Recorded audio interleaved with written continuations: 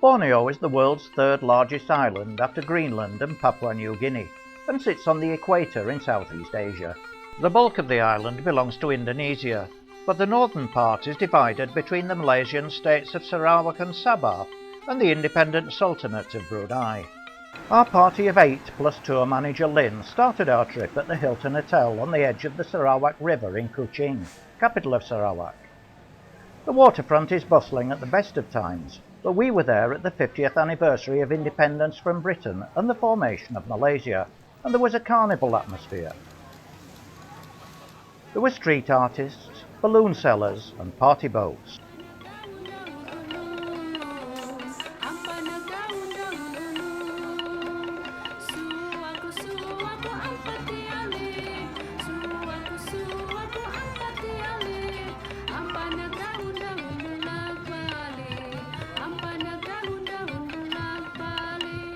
There was an exhibition of arts and crafts and a celebration of Malaysian foods.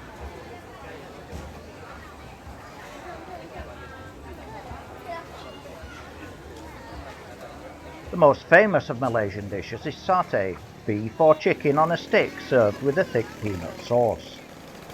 There was, of course, candy floss and toys for the kids.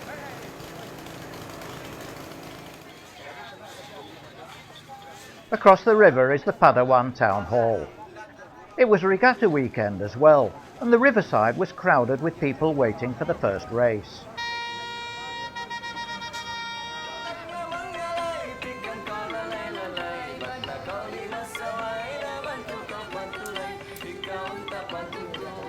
At the far end of town is the old mosque and Muslim cemetery. There were cafes everywhere. This was some sort of take-in, where customers chose their food outside and then took it in to eat, and you can't believe how cheap it was. People were buying their fresh veg from the pavement outside. There's a strong Chinese influence in this part of town, which means there are lots of shop houses. India Street is a pedestrianised shopping street where you can buy almost anything, and the flags are those of Malaysia and Sarawak. Chinese Buddhist temples are dotted around the city and are richly decorated outside and in. This is Tua Pek Kong Temple, the most important in the city and dedicated to the earth deity. It's existed on this site since 1770. Repairs were carried out in 1856 and 1965. The modern apartment block is pretty brightly decorated as well. The Raja Brook birdwing butterfly is on the wall of the Sarawak Museum.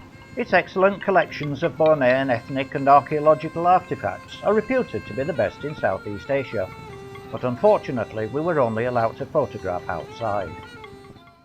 Next day we drove first to Serian, where James, our local guide, showed us round the market.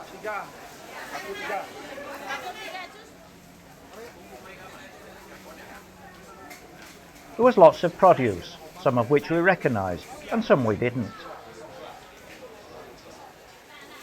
There are lots of variants of the courgette and cucumber family. Local bananas are small and sweet, and I'm told that deep-fried sago worm is delicious. More familiar are mushrooms and bamboo shoots.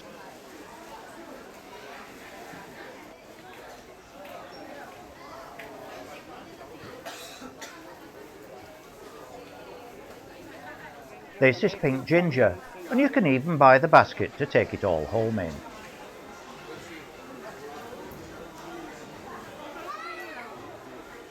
Next stop was just at the roadside to see indigenous plants.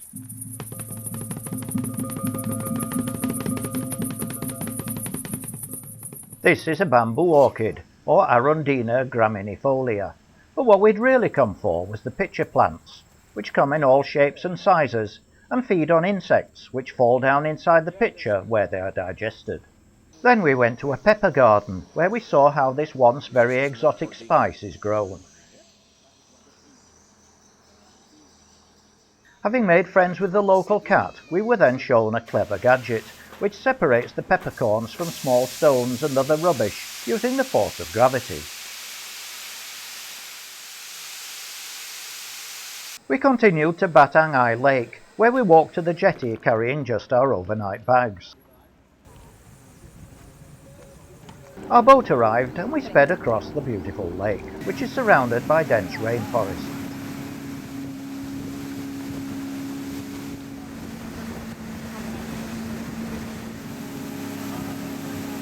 After about 30 minutes we arrived at the Hilton Batang Ai Longhouse Resort, where we stayed for 2 nights.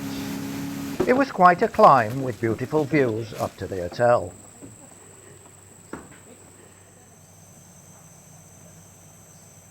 The hotel is based on a number of traditional longhouses. These have an outside balcony and an inner communal area, off which are the individual rooms.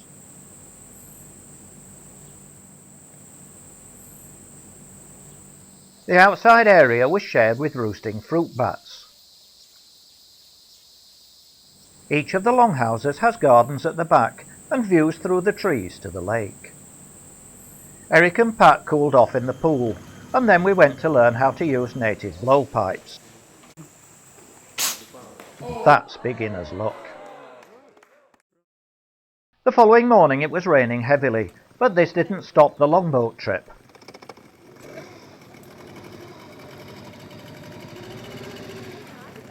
Tearing across the lake in our wet weather gear for about 40 minutes, we finally arrived at the Delok boarding school. We were introduced to the staff and the children, who then wanted their photograph taking.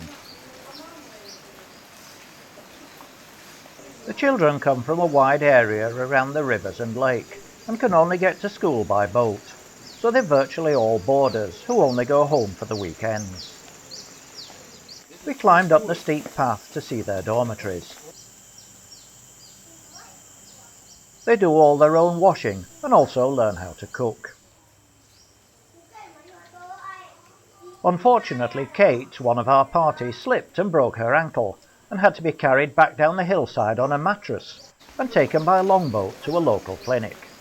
By this time the rain had stopped, so the rest of us got into longboats and went a couple of miles back down the river to a genuine tribal longhouse.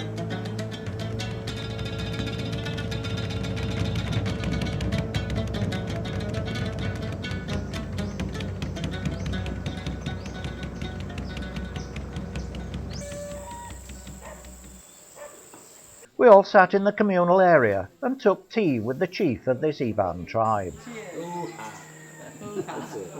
Cats are kept as pets and fed scraps, but dogs have to stay outside and live off vermin and anything else they can catch in the rainforest. Although the longhouse does have the large communal areas, families live separately and do their own cooking in tiny kitchens. However, we had a communal meal cooked by the driver who'd brought us from Kuching.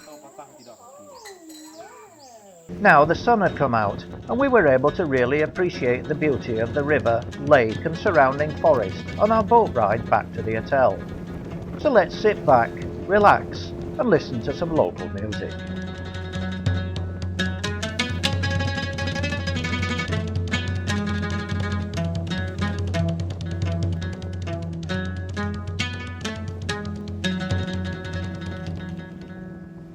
In the late afternoon, a tribesman working for the hotel took us on a walk.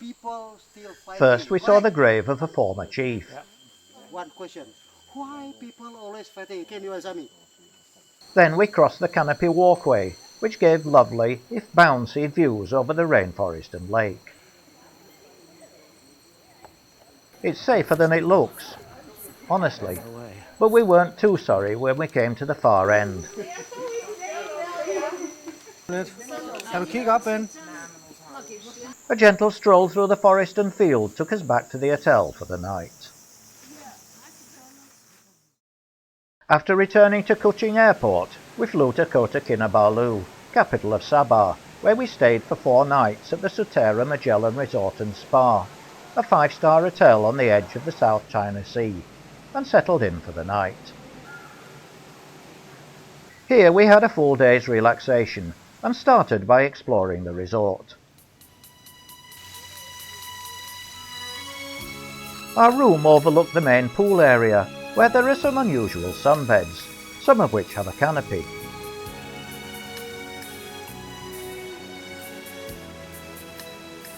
Beyond the pool is a tiny beach, and from here you can see the islands in the bay where people go snorkeling. There are all sorts of water sports starting from the hotel's own marina, which is at the end of a pretty walk around the edge of the sea.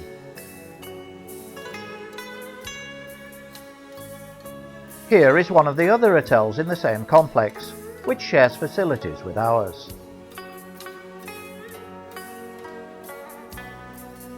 There are extensive grounds with tropical plants, ponds and fountains.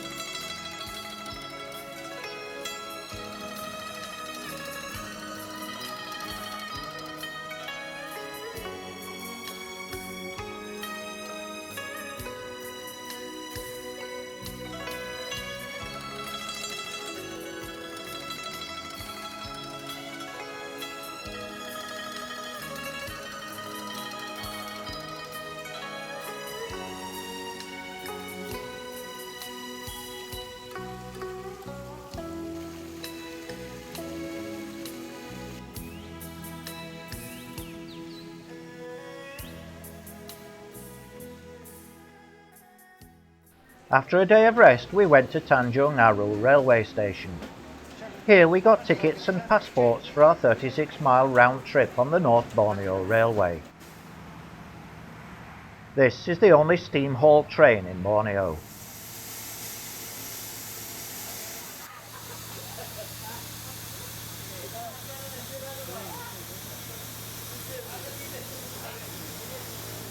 Chris got on the carriage called Papar after the town at the end of the route. Jane and Graham posed for a group photo before setting off. Leaving the station, we passed the little village of Putatan, having our passport stamped as we went through, and ran along the coast of Lok Kawi Bay before arriving in Kinarut, where we stopped for 20 minutes to explore the Buddhist temple at the foot of the hill amongst the palm trees.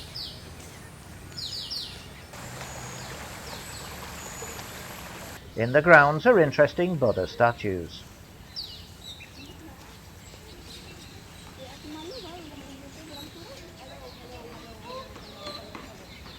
There's also the traditional Chinese lion and roof decoration. There was just time to have a quick look at the town with its colonial shop houses. We returned to the train to a very welcome cold towel.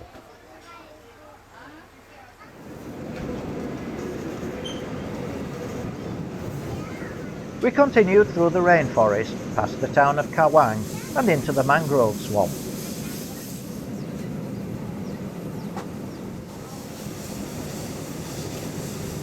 Then we went through orchards and farms.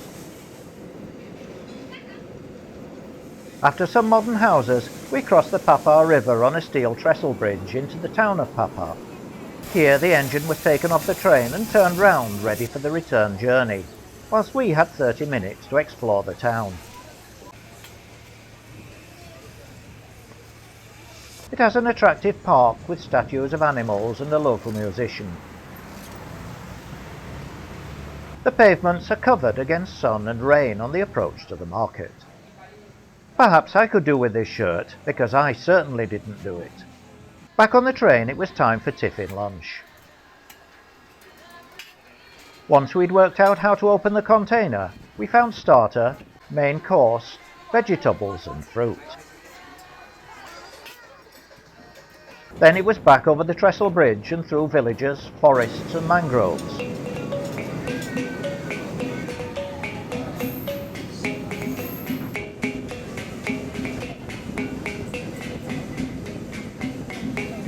Finally, we passed the woodyard and back to the station where we said goodbye to the crew.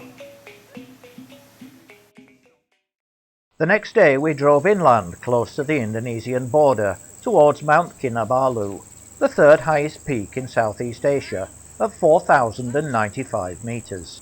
Our first stop was the market village of Nabalu. Here they were selling dried fish, some of which were a funny colour and all of which had a strong smell. They had red bananas as well as the little yellow ones. In the marketplace there was a viewing platform that we could pay to go up, but the views from the park at the end of the market were just as good. We continued to Mont Kinabalu National Park, where we first went to the Botanic Garden. Here, plants from all over the national park, which is a World Heritage Site, had been brought together alongside easy pathways.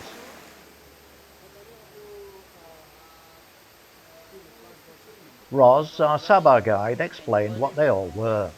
This is a pink lady, which has gorgeous, tiny individual flowers.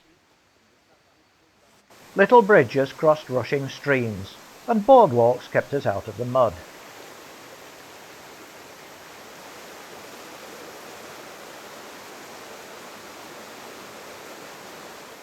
We had to be careful where we put our hands because of the ants on the handrails. There were pretty flowers and berries everywhere, as well as enormous eucalyptus trees.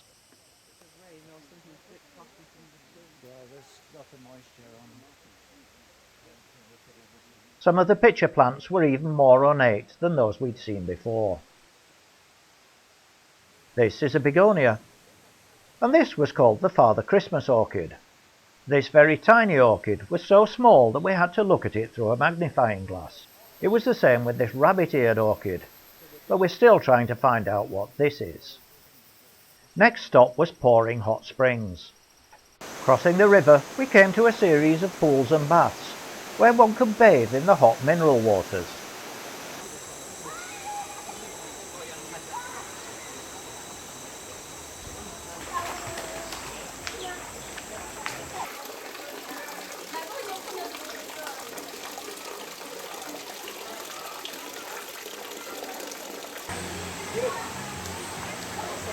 Here we stopped off at the butterfly farm, where butterflies fluttered amongst the well-laid-out gardens of indigenous plants.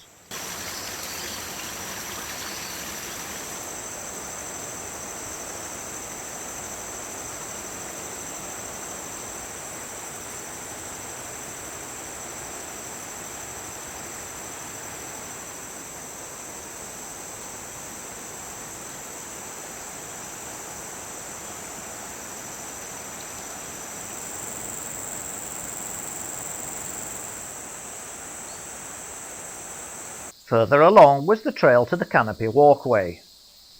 This climbed steeply through the rainforest amidst dense vegetation until it came to the walkway itself. For some strange reason, there was a charge for taking photos from the walkway. We then went back down to the springs for lunch.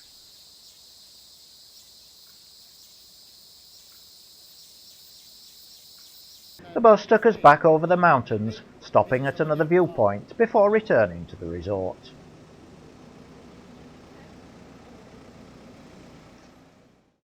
A ridiculously early start today as we flew to Lahad Datu, then drove 77 kilometres, mostly on a dirt road, to Borneo Rainforest Lodge, where we were welcomed and presented with garlands.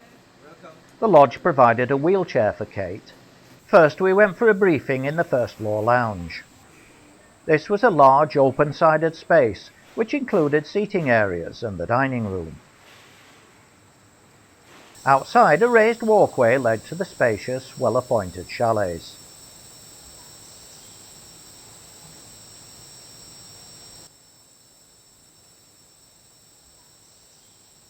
The lodge is located in a major conservation area in the heart of the jungle of the Danum Valley. The veranda off the dining room overlooks the Danum River, where lots of birds, including these egrets, like to settle on this log. We called it the crocodile log. Butterflies and monkeys were also regular visitors. There are lots of walking trails where it's essential to wear leech socks for protection against those nasty little beasties, as modelled here by Eric. The trails go past enormous trees and strangler figs. In the top of one tree was one of the world's biggest orchids. The leeches hide under the leaves, waving their tails around, waiting to attach themselves to unprotected skin, such as my finger. In the undergrowth was a black pill millipede, named for its habit of curling into an armoured ball when threatened. We also saw a tractor millipede and fungus growing on the tree trunks. Before breakfast next morning, a truck was outside reception. Tour manager Lynn organised seats for 3 of the girls to go up the track to the canopy walkway. Everyone else had to walk.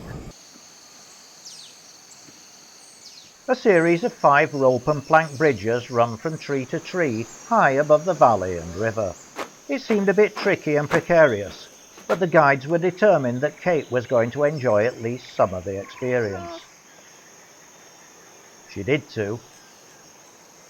Different levels were joined by spiral stairways with viewing platforms.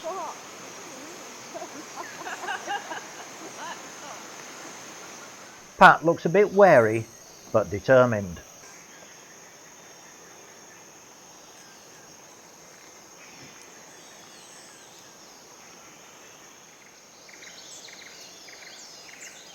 By now the rest of the group had caught up. I was first across, followed by David. Then came Eric and local guide Lester. After breakfast, Chris and Kate sat on the balcony spotting wildlife at the riverside.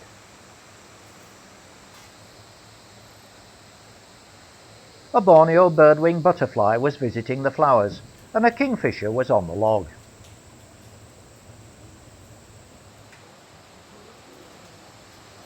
Meanwhile, everybody else was off on another walk. This one was called the Coffin Trail. First we crossed the river on another footbridge and into the dense rainforest. We saw a wild begonia and another tractor millipede.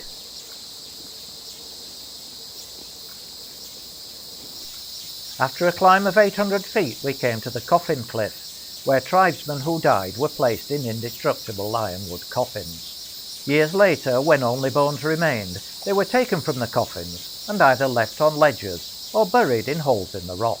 The coffins were reused. From there, another climb took us to the viewpoint, where we could see right across the rainforest and down to the lodge. We got back just in time to avoid getting drenched as the heavens opened.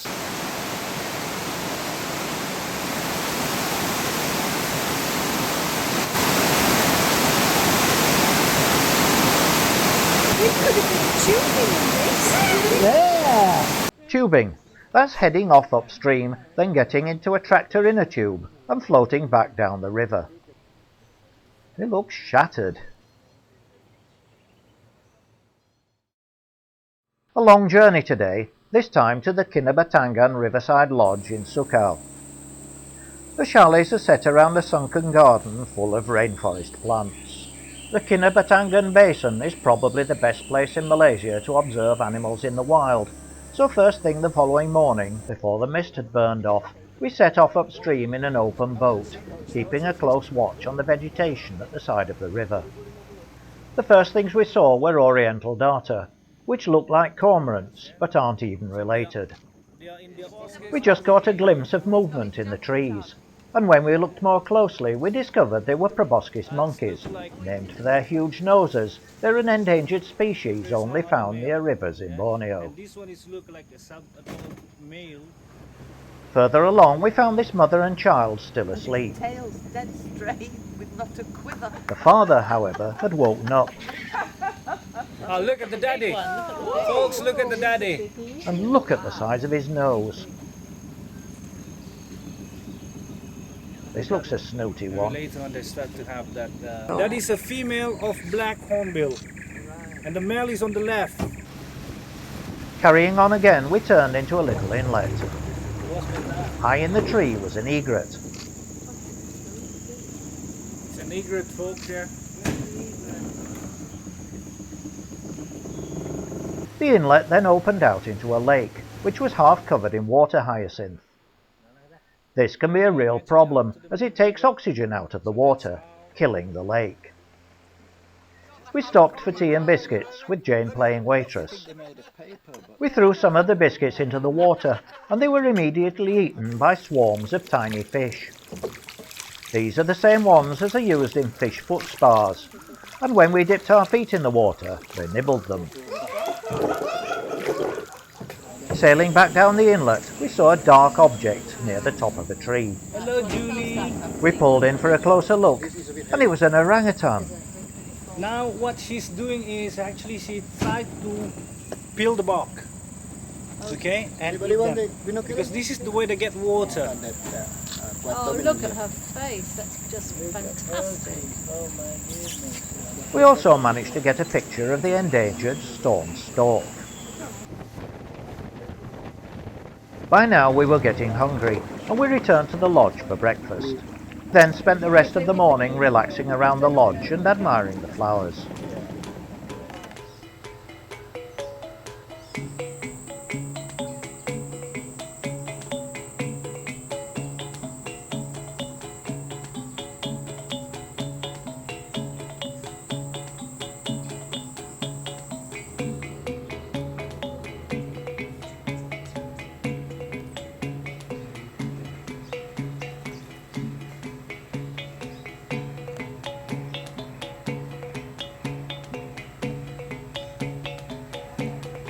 All kinds of boats use the river, including car ferries and speedboats.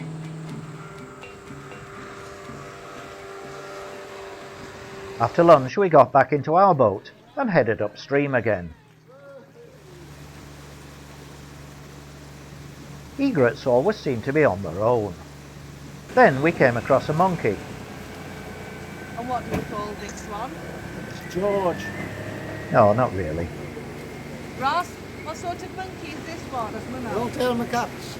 A what? Long-tailed macaque. The guides got a message that something special had been seen upstream, and we went full tilt to find the one animal that Lynn had never seen on all her trips to Borneo. A pygmy elephant. These are the fully grown size of female. Oh, it looks like a baby, doesn't it?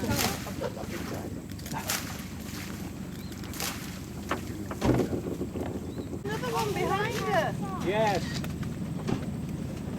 But Oh, look at that. you beauty. These endangered animals are more correctly called Bornean elephants, and are about half the size of a normal Asian elephant. All too soon they wandered off into the undergrowth and disappeared in front of our eyes. We then went back downriver and up another side stream. Now look carefully at the sky in the top right, and again top centre. Ready? She's coming. Yes! These were more Proboscis monkeys just playing around in the trees as they settled down for the night.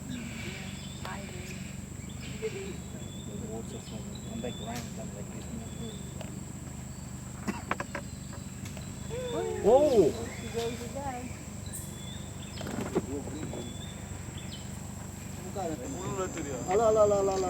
Have we seen the elephants? A little further along we came to a large troop of long-tailed macaque. Is this one of these long-tailed macaques? Yes, it's a macaque. He's enjoying dinner now. Grooming is an important part of their social life.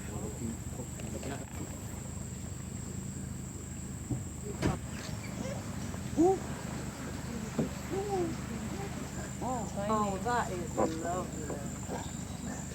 Do you want to look at a baby fish?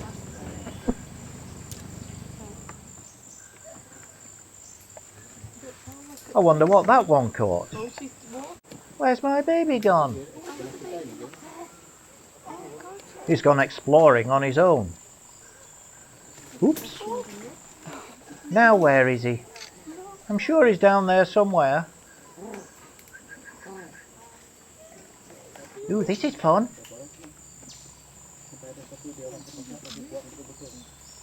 Look, no hands. And only one foot. Mom? Mom? Well, my baby's good.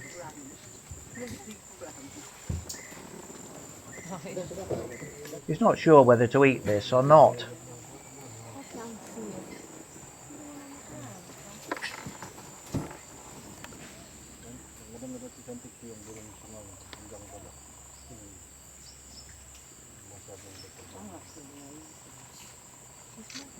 This green gunk isn't algae, it's pollution from a palm oil factory further upstream.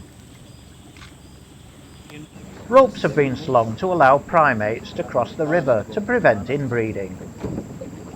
Then it was time to head back to the lodge before the sun set.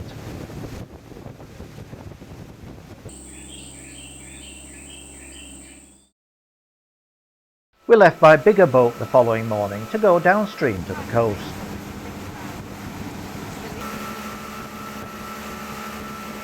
Mid-morning we came to a small village and stopped at a sister lodge to the one we had just come from for coffee. There was also time to stretch our legs around the beautiful gardens and jungle boardwalk.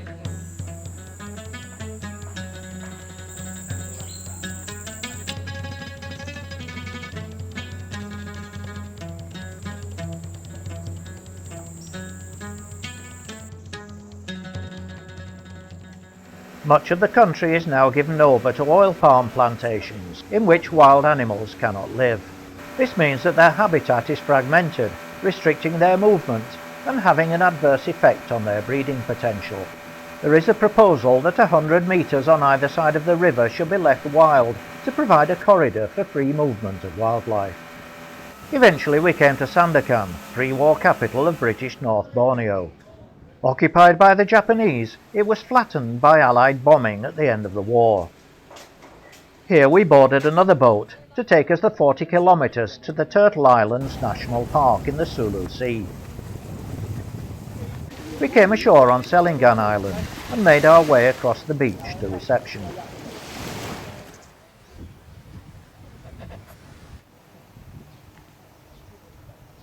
Accommodation here was quite simple, a bit like ferry cabins with 7 rooms in a block, but we weren't here for luxury. The gardens were full of flowers and there was a resident monitor lizard. It was a bit like being marooned on a desert island. Across the water we could see other islands which belonged to the Philippines. Movement on the beach caught our eye and we hurried across to see baby turtle hatchlings making their first perilous journey across the sand towards the sea, risking being taken by predators such as monitor lizards, eagles and other birds. Once in the water, they still have to run the gauntlet of marine predators like sharks and crabs. This one was too weak to walk down the beach, but once placed in the water, it swam off happily. We had a dip in the sea, but had to be careful to avoid the sea urchins. Also in the water were sea cucumbers. I don't think they are clams though, are they? Despite appearances, these marine animals feel dry and leathery. They eject liquid as a self-defense mechanism. The main purpose of the national park is conservation of green and hawksbill turtles, which are hatched in these incubators. This group were ready for release. The turtles come ashore at night to lay their eggs on the beach. First they dig a hole with their front flippers, which they deepen with the back ones.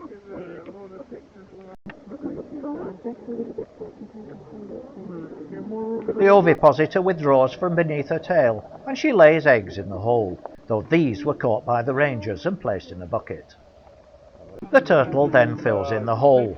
This green turtle, whose shell was over a metre long, laid 59 eggs, which were placed in a man-made incubator chamber in the hatchery.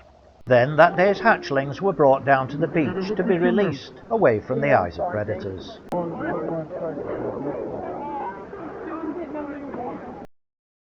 On our final day we got back into the boat to return to Sandakan.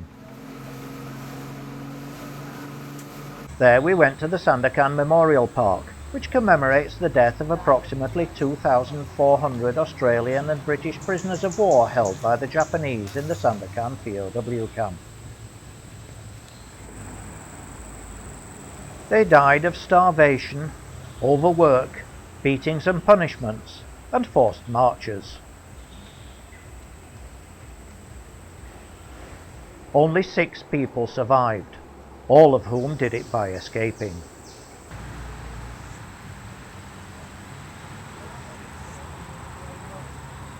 On a hill overlooking the sea is the Puji Shi Chinese Buddhist temple. This fiery red and gold temple was completed in 1987 at a cost of £1 million.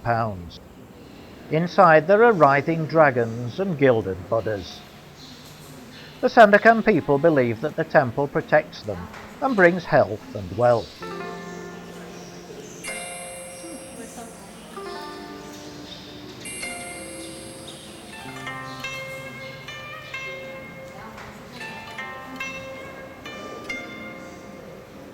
This Buddhist symbol was taken by Adolf Hitler, the arms reversed, and used as a symbol of the Nazi Party. There are good views over the Sandakan waterfront from here. That's practically a place for the traders to avoid the wind, the Chinese. Our last stop was the Orangutan Rehabilitation Centre at Sepilok. Here they learn to survive in their natural habitat after being orphaned and rescued from the wild. Visitors make their way to a viewing area overlooking a feeding platform. There's a lot of hanging about involved, and not just for the visitors. I'm waiting for me dinner. Boring this, innit? Let's play. I've come to the table, but there's still no food. I'll just hang around here till it comes.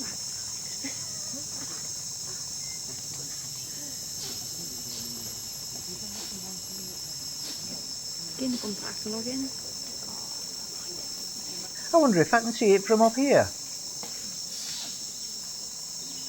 I'm just hanging and chilling. I'm getting really hungry now. Enough to eat my own feet. Still hanging in there.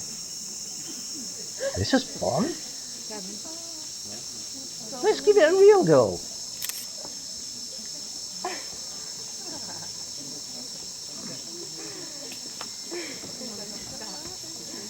Whoops! Ah, here it comes. It's not really enough, and not very tasty, to encourage them to go out into the forest to find their own food. Eventually they do go off on their own. This guy's a bit late.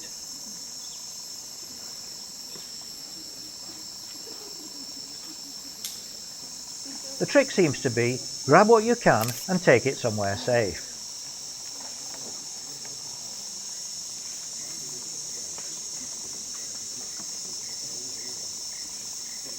Wish I could do that.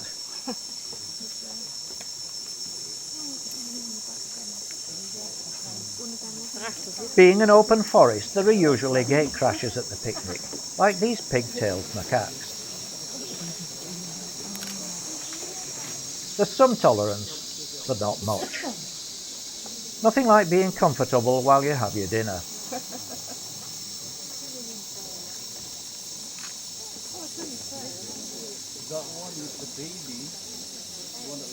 Hello, there's a traffic jam coming up here. But nothing that a bit of flexibility can't solve.